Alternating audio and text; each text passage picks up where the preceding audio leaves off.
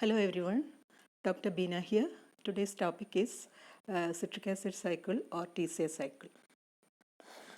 Citric acid cycle is so called citric acid cycle because citrate is one of the first compound participating in the cycle, and it is also known as Krebs cycle because the reactions were formulated into a cycle by Sir Hans Krebs.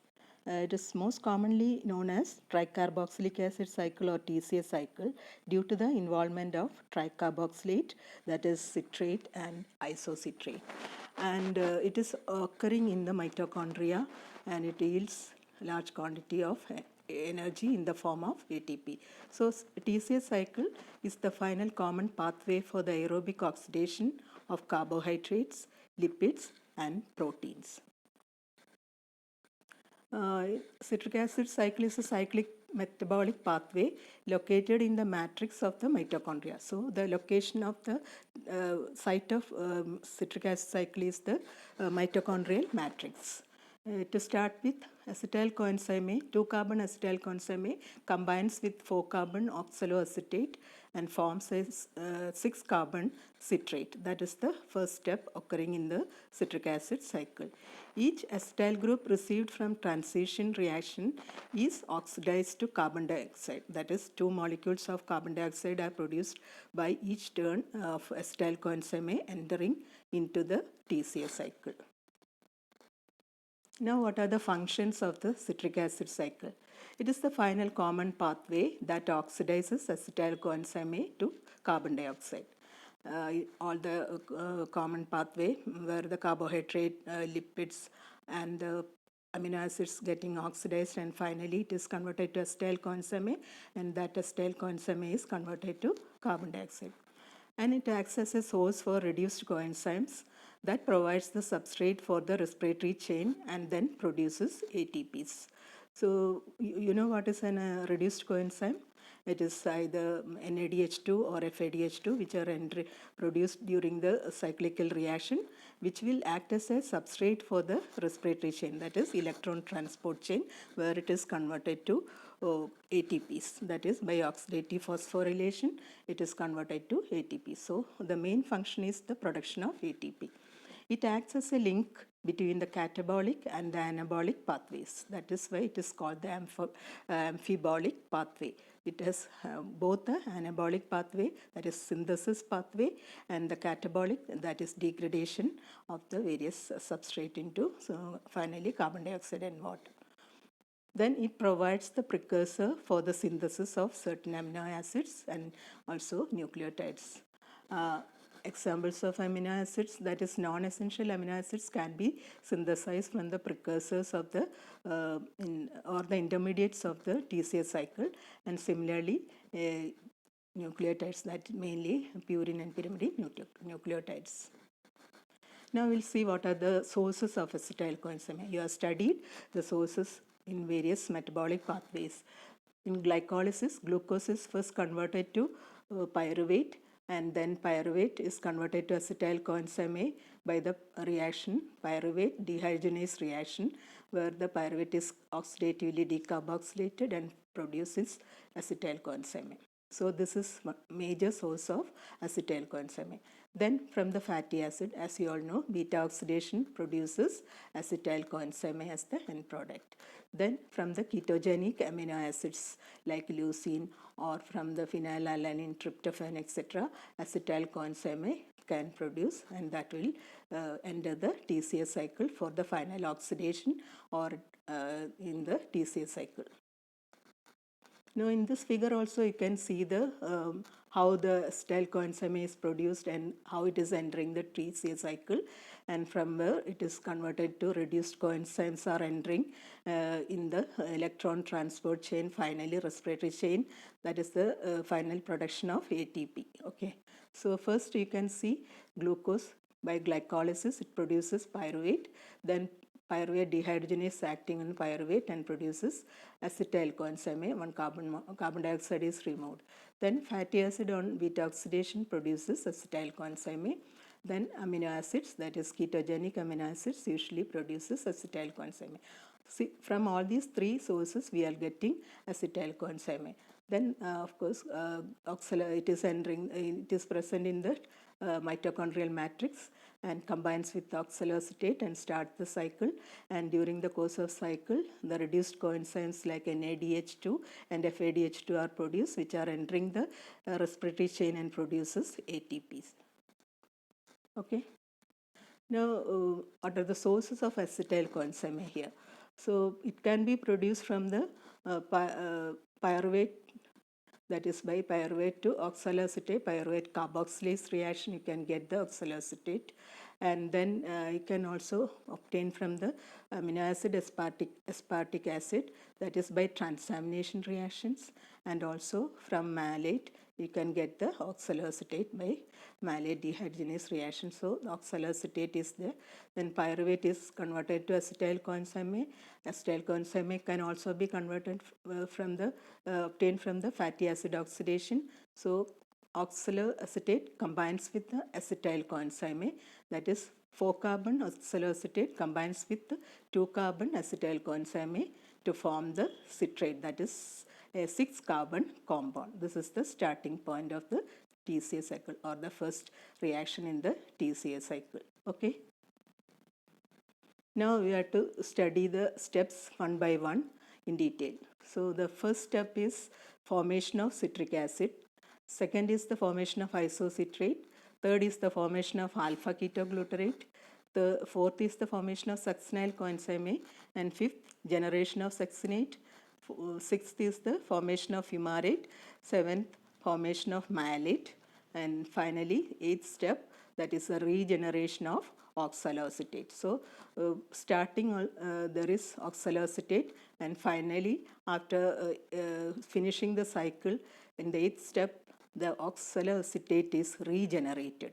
So oxaloacetate is acting as a catalyst in the TCA cycle. The starting material, it is there, oxaloacetate plus acetyl coenzyme combines to form the citrate. And finally, on the eighth step again, malate is converted to oxaloacetate, and thus the regeneration of oxaloacetate is occurring. Okay. Now I will pass on to the first step. This is oxaloacetate here combines with acetyl coenzyme, and one molecule of coenzyme is released and it is converted to citrate, and the enzyme is citrate synthase.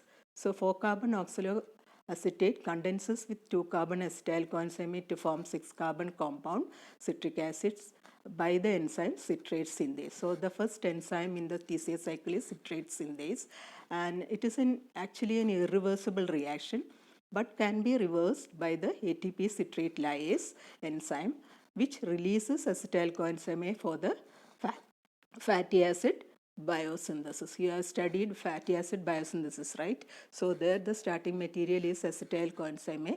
It can here the source of acetyl coenzyme can be like this also. That is here the citrate is produced in the mitochondria, right? So from the mitochondrial citrate goes to the cytoplasm, where it is acted upon by ATP citrate lyase enzyme, and it releases acetyl coenzyme, which can be used for the biosynthesis of fatty acid. Step 2, that is citric acid citrate is converted to isocitrate. That is an isomerization reaction. So citrate or citric acid is converted to isocitrate by a 2-step process, that is with the help of the enzyme aconitase. So in the first reaction, one water molecule is removed, that is dehydrated, and in the forming a 6-aconitate.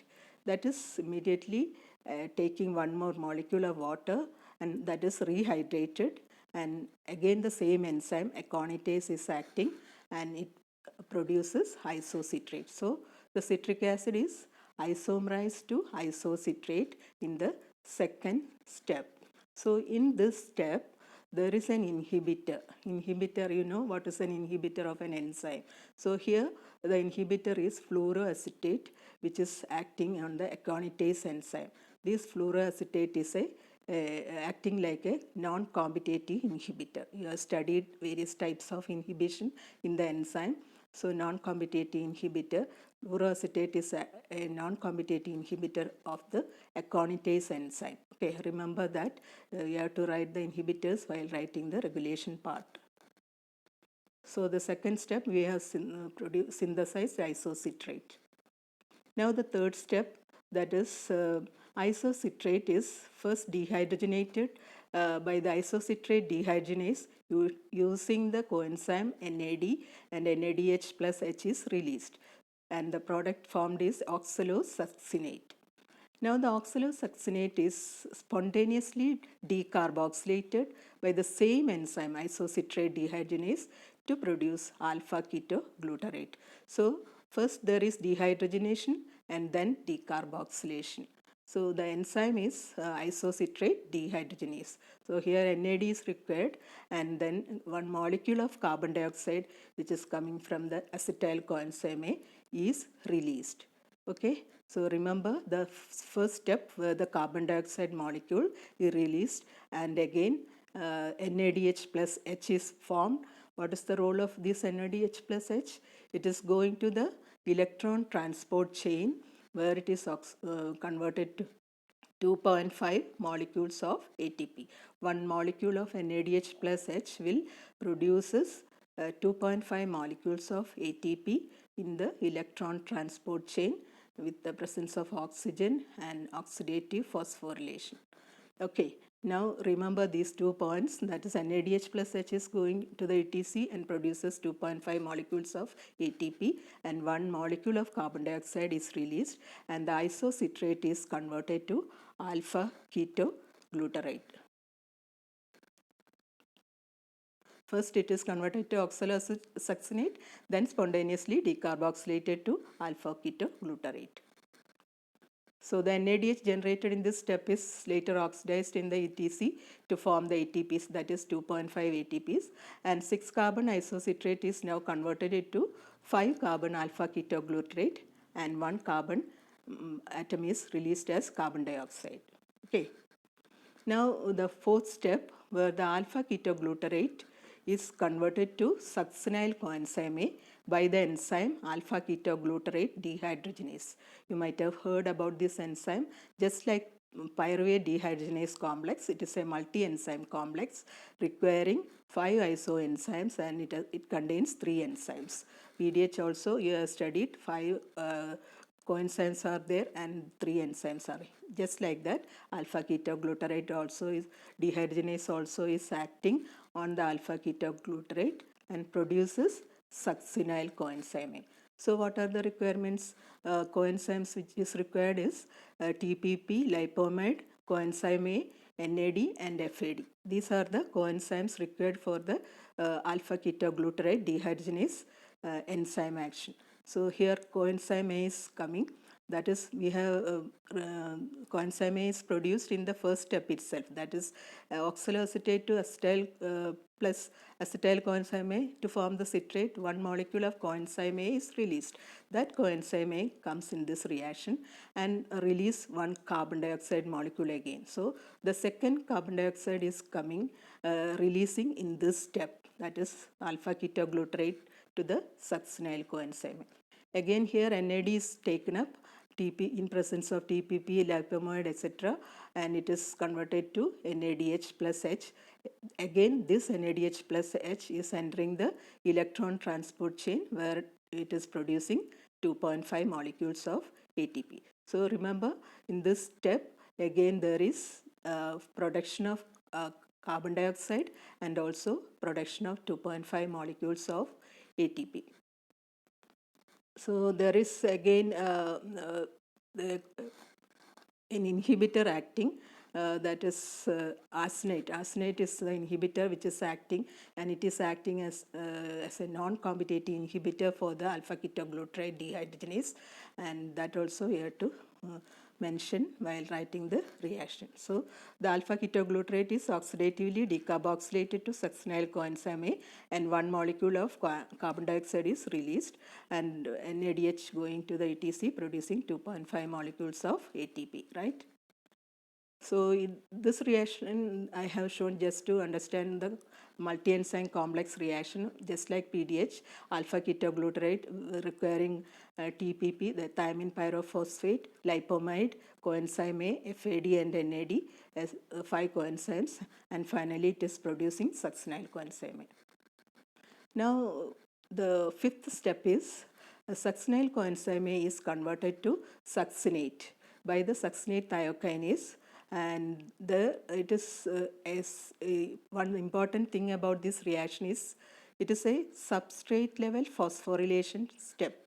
What do you mean by substrate level phosphorylation? We have studied in your glycolytic pathway and also while studying the enzymes. Okay, anybody remembering? So here, without going to the complicated steps of electron transport chain, this high energy phosphate substance GTP is produced from the metabolic process, that is from the succinyl coenzyme itself, directly from the substrate. Here there is a thioester bond in the succinyl coenzyme A. So the energy from this thioester bond is released, which is trapped by the GDP and PI, and it is produced a high energy compound GTP. Okay, so GTP is produced, and this GTP can be converted to ATP, that is GTP plus ADP can form ATP plus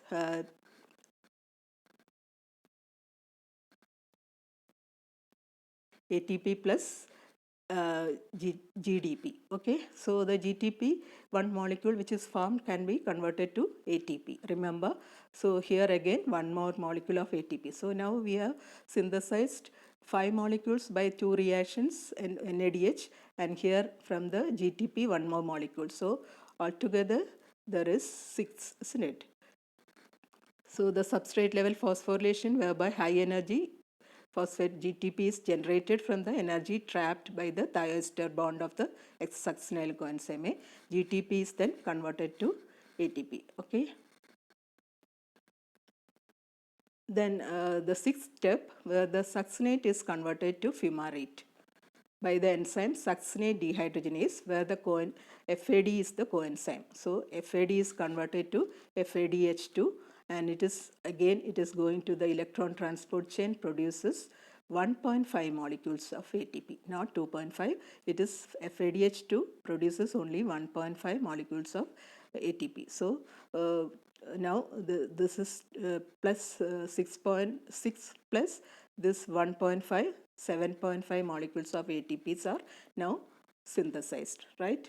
So succinate is acted upon by succinate dehydrogenase enzyme and forming the fumarate. Here the succinate is dehydrogenated to fumarate, and FADH2 will enter the ATC, and then ATP is produced, 1.5 molecules of ATP. Now the seventh step, where the fumarate is converted to malate by the hydrolysis of fumarate, that is fumarase enzyme, and water is added and the malate is produced. Fumarate is hydrolyzed to malate by the enzyme fumarase utilizing 1 molecule of water. So this is a simple reaction, and where the fumarate is converted to malate. The eighth step, or the final step, where the malate is converted to oxaloacetate by malate dehydrogenase enzyme.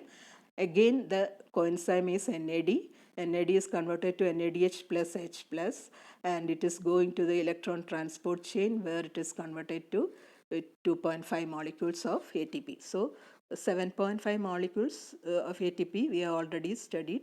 Then again 2.5, that is total of 10 molecules of ATP is produced from one cycle of reactions. Okay, one cycle where the oxaloacetate and acetyl coenzyme combines and finally forming the oxaloacetate and carbon dioxide, water, etc. So malate is converted to oxaloacetate by the malate dehydrogenase enzyme, which is the eighth step, where the regeneration of oxaloacetate is occurring. So remember, the starting material is oxaloacetate plus acetyl coenzyme A. Here oxaloacetate is regenerated, and moreover acetyl coenzyme A, 2 carbons are released as the two carbon dioxide molecules. So malate is oxidized to oxaloacetate by malate dehydrogenase with the coenzyme NAD, and NADH generated will enter the ATC to produce 2.5 molecules of ATP. Okay, this much is the cycle of reaction. You have to draw and study the reaction cycle properly with all the substrate, enzymes, coenzymes, and the energetics, everything. So then only you'll get full mark. You need not write the structure of the substrate, only the name of the substrate, that is malate, oxalate, etc. Okay. Now this is the picture where you can see the whole of the citric acid cycle. Oxaloacetate to acetyl coenzyme, citrate is formed. Citrate is converted to isocitrate, that is isomerized to isocitrate through cis-aconitate by the aconitase enzyme. Then isocitrate is converted to alpha ketoglutarate by the isocitrate dehydrogenase enzyme, and then intermediate is oxalosuccinate. Then alpha ketoglutarate is again converted to succinyl coenzyme by alpha ketoglutarate dehydrogenase, and then it is acted upon by thiokinase, where one molecule of GTP is produced by the substrate level phosphorylation. Then succinate is converted to fumarate by the succinate dehydrogenase enzyme, where FAD is used and FADH2 is produced. Then fumarate is hydrolyzed to malate by the fumarase enzyme, and then finally malate is oxidized to oxaloacetate by the NAD, that is malate dehydrogenase is the enzyme, again NADH plus H is produced. So there are steps where three NADH plus H plus are produced, that is in the steps where you can see, that is isocitrate dehydrogenase step, alpha ketoglutarate dehydrogenase steps, and the malate to oxalate is malate dehydrogenase step. Then one molecule of FADH2 is produced by the succinate dehydrogenase, that is succinate is converted to fumarate. Then one molecule of ATP from GTP is produced by the succinate thiokinase step, that is substrate level phosphorylation, where the succinyl coenzyme is converted to succinate. First GTP is formed. From that GTP, ATP is formed with the reaction with ADP, and the GTP is converted to GDP, and ADP is converted to ATP. So total 10 molecules of ATP are formed from the 3 NADH plus H plus 1 FADH plus 1 substrate level phosphorylation ATP.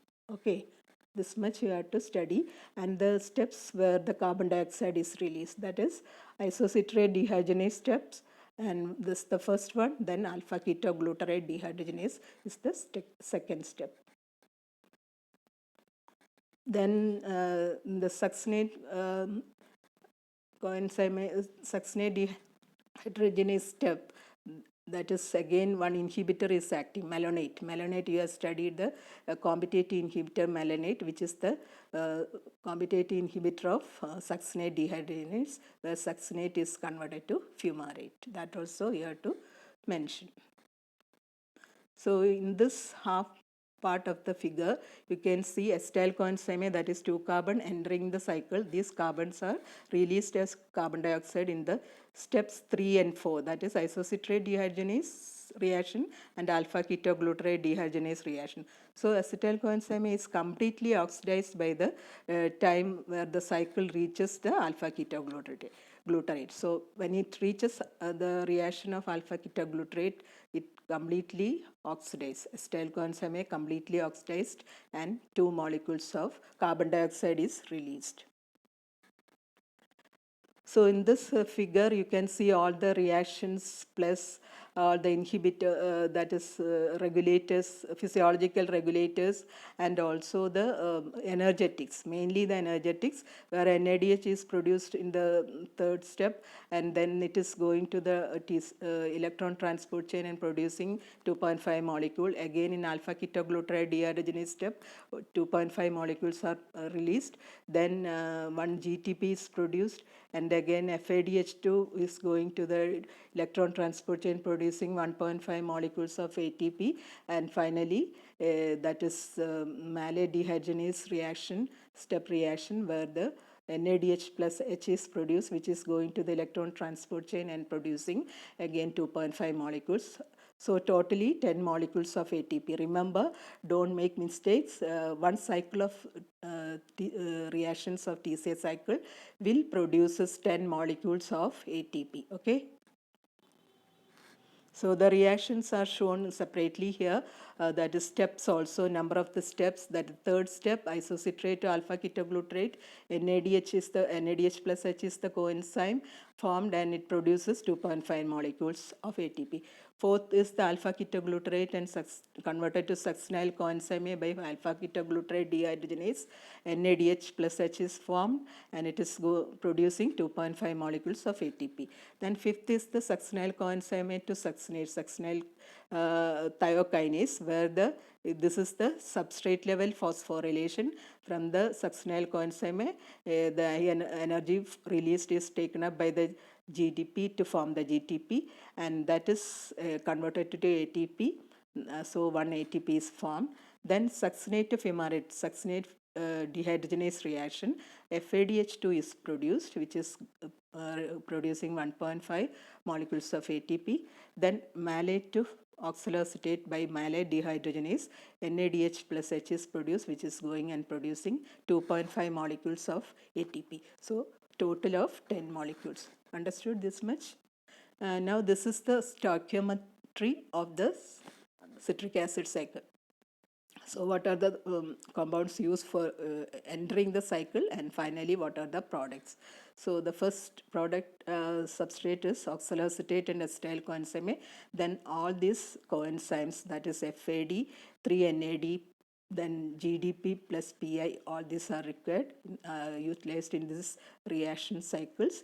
And finally, 2 carbon dioxide molecule, 1 coenzyme A, oxaloacetate is regenerated, FADH2, 3 NADH plus H, and 1 GTP are produced. So these FADH2 and 3 NADH are going to the electron transport chain and produces ATPs. So like that, totally 10 ATPs plus 2 carbon dioxide molecule and 1 coenzyme is released in the citric acid cycle. Okay.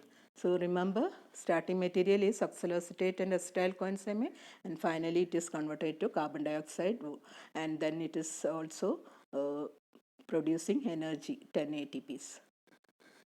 Now we have to know something about the significance of the citric acid cycle. That complete oxidation of acetyl coenzyme is one of the important point about the citric acid cycle. Then ATP generation, of course, we have studied.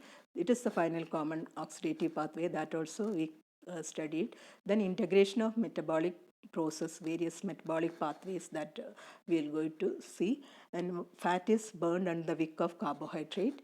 That is, again, we will explain. Then excess carbohydrates are converted to neutral fat. When there is more carbohydrate, finally it is converted to fat and stored. Then no net synthesis of carbohydrate from fat. So carbohydrate can be converted to fat, but fat cannot be converted back to carbohydrates. Then carbon skeleton of amino acids finally entering the citric acid cycle. So many amino acids can be, carbon skeleton of the amino acids are entering the citric acid cycle and getting finally oxidized. And then it has got an amphibolic it is an amphibolic pathway that we have explained already. Anabolism and catabolism both occurring in the pathways, and then anaplerotic role also is there that we are going to discuss. So these are the significance of citric acid cycle. So you have to mention the significance when you are asked to write about the citric acid cycle. First, that is complete oxidation that we have studied, oxidized to 2 molecules of carbon dioxide. Then ATP generation, of course, 10 ATPs are generated both via the substrate level plus the electron transport chain. That is 1 ATP alone from the substrate level phosphorylation. The other thing, 9 ATPs are through the ETC from the reduced coenzymes like NADH plus H and FADH2. Okay. So it is final common oxidative pathway.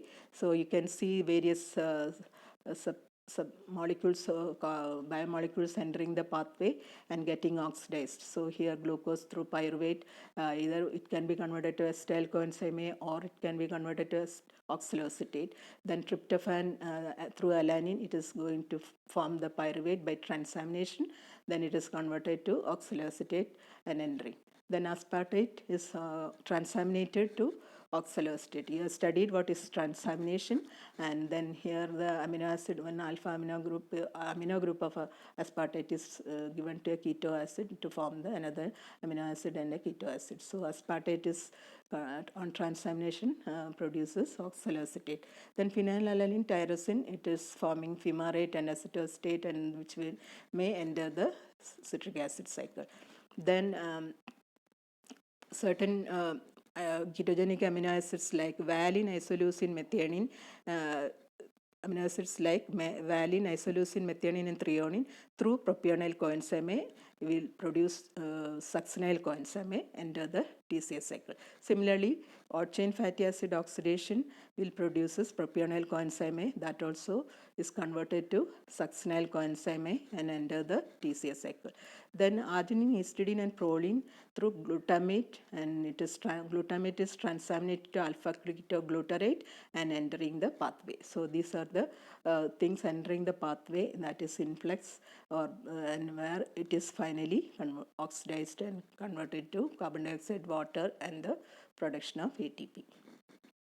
Now, the efflux of TCA cycle intermediates or some pathways can originate from the TCA cycle. So, what are they? That is the thing you have to know. What is the pathways originating from the intermediates of the TCA cycle? So, here you can see oxaloacetate again can be converted to aspartate, and aspartate can use for various. It is not an essential amino acid, none can be synthesized. And then malate is used to convert oxaloacetate, and then oxaloacetate is used for gluconeogenesis. So gluconeogenesis substrate, these intermediates can be used. Then succinyl coenzyme can be used for the synthesis of heme. That is, for the first step on the synthesis of heme, succinyl coenzyme is required. That is succinyl coenzyme plus glycine to form the delta aminolevulinic acid, which is the first step in the heme synthesis. Then succinyl coenzyme can also be utilized for the ketolysis. You have studied ketone body metabolism, where the synthesis in the liver and the utilization occurs in other tissues.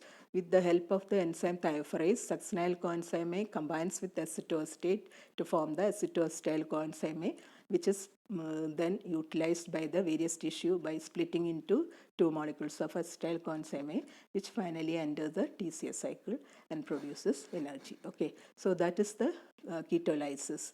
Then alpha ketoglutarate can be transaminated to glutamic acid, and glutamic acid can produce various substances like GABA, gamma aminobutyric acid, which is a neurotransmitter. Then acetyl coenzyme citrate from this TCA cycle can enter this acted upon by an ATP citrate lyase enzyme, and acetyl coenzyme can be released, which can be used for the fatty acid biosynthesis, or acetyl coenzyme, which is formed from the pyruvate, also can use for the synthesis of fatty acids. Okay, so like this, so many pathways can originate from the intermediates of the TCA cycle. Now, integration of major metabolic pathways. We have studied the source of acetyl coenzyme, right? From the glucose, then fatty acid and ketogenic amino acid, acetyl coenzyme are formed. Now, it can be utilized, how they are interlinked with the other metabolic pathways. So, acetyl coenzyme oxidized in the TCA cycle, that is what we have studied. Then it can be used for the fatty acid biosynthesis. That is, first it is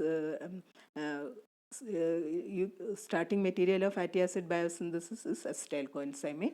Then acetyl coenzyme can be converted into cholesterol, and then from the cholesterol, steroid hormones or the vitamin D, everything can be synthesized, and the acetyl coenzyme can produce ketone bodies.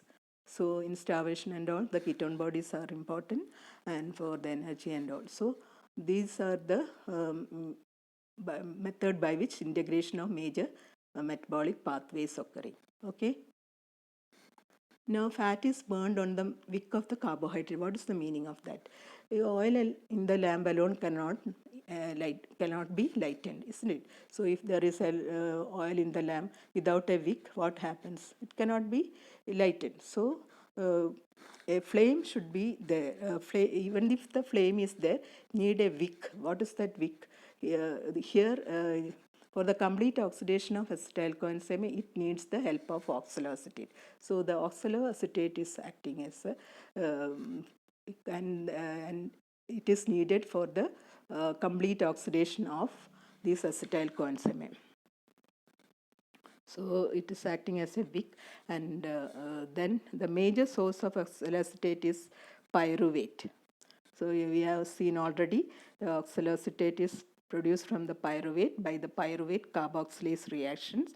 So when there is no enough carbohydrate, fat is not oxidized. That is, acetyl-CoA cannot be oxidized. That is the meaning of fat is burned on the wick of carbohydrate.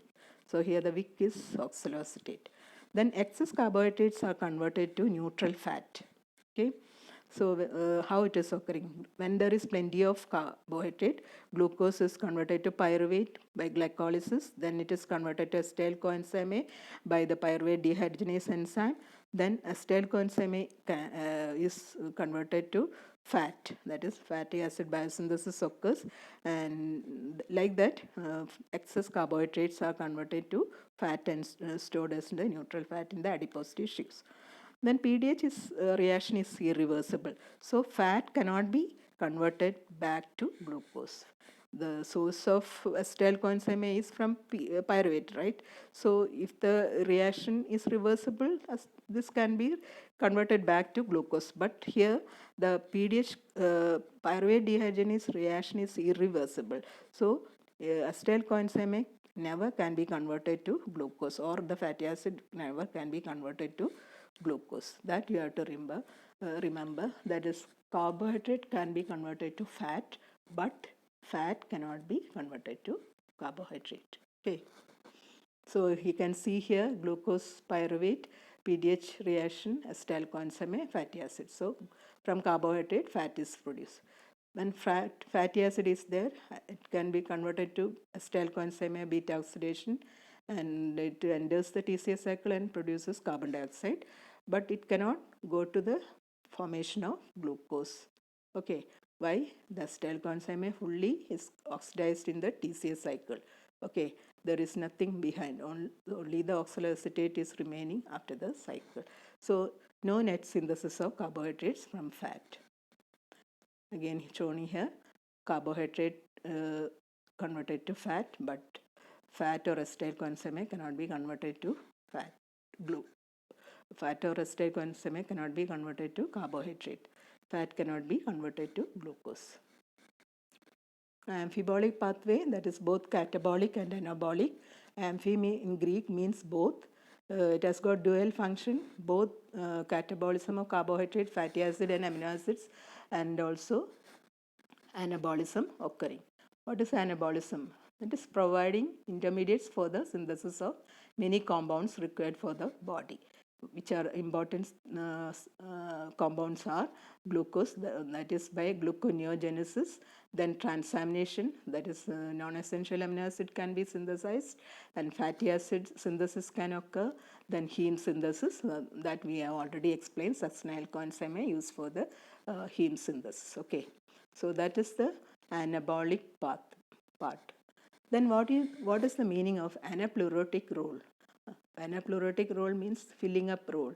That's means up. Pleroticos means filling. That is filling up role or replenishing role of TCA cycle. The TCA cycle acts as a source of precursor for the synthetic pathway that we have already explained. Heme from the succinyl-CoA, aspartate from oxaloacetate. So there are so these substrate are lacking, decreasing in amount in the TCA cycle. So they have to be replenished by the supply of these 4 carbon units. From somehow they have to be replenished or again to be produced.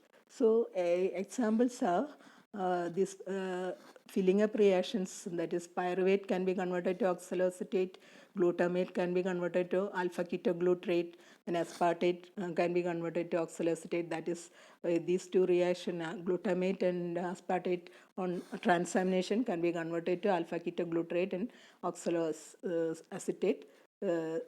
And then fumarate from you can get from urea cycle, and purine synthesis, and then catabolism of phenylalanine and tyrosine. All these produce fumarate, and fumarate is one of the intermediate of the TCA cycle. Then carbon skeleton of amino acids through propionyl coenzyme, that we have already seen, valine, isoleucine, methionine and threonine through propionyl coenzyme. It is entering to the point of succinyl coenzyme. Similarly, short chain fatty acids also through propionyl coenzyme entering. So these are the some important filling up reactions. So that is the anaplerotic role of the TCA cycle. Okay. So amphibolic means both anabolism and catabolism. Catabolism is the oxidation of various biomolecules like carbohydrates, fats, and amino acids, etc. Then catabolism means anabolism means synthesis of various substance which is required for the body, that is heme synthesis and gluconeogenesis from the oxaloacetate, like that. Then transamination for non-essential amino acids, hemes. All these are the various anabolic role of the TCA cycle intermediates. Okay. Now the regulation. Usually any metabolism regulation is occurring in these headings, that is substrate availability, product feedback inhibition, allosteric inhibition, and covalent modification. Only when enough substrates are there, the pathway will be, or metabolic pathway will be operating. But if there is excess production of product, then it can also regulate by feedback inhibition. And there are allosteric activators or inhibitors for the regulatory enzymes. And then covalent modification means either phosphorylation or dephosphorylation, which will stimulate or inhibit the enzyme activity. So the major three enzymes are the citrate synthase, then alpha isocitrate dehydrogenase, and the alpha ketoglutarate dehydrogenase steps. And before that, pyruvate is converted to acetyl coenzyme. That step also can be regulated so that the level of acetyl coenzyme, if it is more, TCA cycle will be operating. If the level of the acetyl coenzyme is less, when there is enough ATP in the cell, then the cycle of reactions will be inhibited. Okay, that we can see in the next step. Here you can see ATP is the inhibitor of the PDH complex, and the AMP coenzyme and then NAD and the calcium are the stimulator. Then for the citrate synthase, NADH and then the ATP are the citrate are the inhibitors. And similarly, here also ATP is the inhibitor for the isocitrate dehydrogenase, and for the alpha ketoglutarate, succinyl coenzyme and NADH are the inhibitors, and the ADP is the activator. Okay. So regulation in details. The three enzymes which are regulatory enzymes are citrate synthase, which is inhibited by citrate and ATP. And that is, in general, if the cell has enough energy, that is energy status of the cell is high, there will be inhibition of the enzymes of the citric acid cycle. Okay, so ATP, if it is small, then it will inhibit the citrate synthase. Similarly, the substrate citrate is product is citrate, that is small, then it is inhibiting the citrate synthase. Then isocitrate dehydrogenase is inhibited by NADH plus H. Similarly, that also NADH, if it is small, then it can produce ATP, so that naturally there is inhibition. Then alpha ketoglutarate dehydrogenase inhibited by succinyl coenzyme and the NADH. Then ATP inhibits citrate synthase. In general, energy status is the one which is regulating the cycle. Then citrate, actually the citrate inhibits the phosphofructokinase, the key enzyme of the glycolysis. So what happens when the glycolysis is inhibited? Naturally the pyruvate formed is less and the acetyl coenzyme produced also will be less. So the TCA cycle will be inhibited. Then availability of the availability and the cellular level of cellular need of ATP is another way by which the TCA cycle is regulated. If the energy level is low, it is stimulated. If the energy level is high, it will be inhibited. The cycle is tightly coupled to the respiratory chain providing ATP. So usually this cycle and the electron transport chains are tightly coupled so that ATP level can be maintained. Now the inhibitors, we have already mentioned during the reactions, but you can write in that in the cycle itself, you can mark it out in each reactions the inhibitors. Okay, so fluoroacetate in the step aconitase, that is second step, where the isocitrate is citrate is converted to isocitrate. That reaction aconitase is the enzyme, and the fluoroacetate is a non-competitive type of inhibitor. Then arsenate, again it is a non-competitive type of inhibition to the enzyme alpha ketoglutarate dehydrogenase. That is the fourth step where the alpha ketoglutarate is converted to succinyl coenzyme. Okay, so that reaction is inhibited by the arsenate, which is acting as a non-competitive type of inhibition. Then, of course, the malonate, you are familiar with malonate. Usually you used to write in the competitive type of inhibition, the example, succinate dehydrogenase inhibitor, which is a malonate. Malonate is the inhibitor of succinate dehydrogenase because malonate has the structural similarity to the succinate to fumarate reaction. Succinate dehydrogenase is inhibited by malonate. It is a competitive type of inhibition, and other two are the non-competitive type of inhibition. So in general, the metallic compounds, arsenate, etc. also inhibit certain enzymes of the pathway. So this much regarding the TCA cycle. Usual question will be just reactions of TCA cycle for 3 marks. Then you have to write them from the starting and you have to complete the cycle and draw the cycle with all the substrates, coenzymes, and enzymes and the inhibitors. Then the generation of ATP, everything should be shown and by the single figure so that everything is explained there. If it is for 5 mark, you have to write the source of a acetyl coenzyme. I just mention it, and then what are the significance and the energetics regulation, etc. You have to write in short along with the reactions. Okay, so it is an important pathway, that is integration of all the metabolic pathways are there, and finally acetyl coenzyme is converted to carbon dioxide, and the metabolic products are finally producing ATPs. One cycle of TCA cycle produces 10 ATP. Don't forget that. Okay, thank you.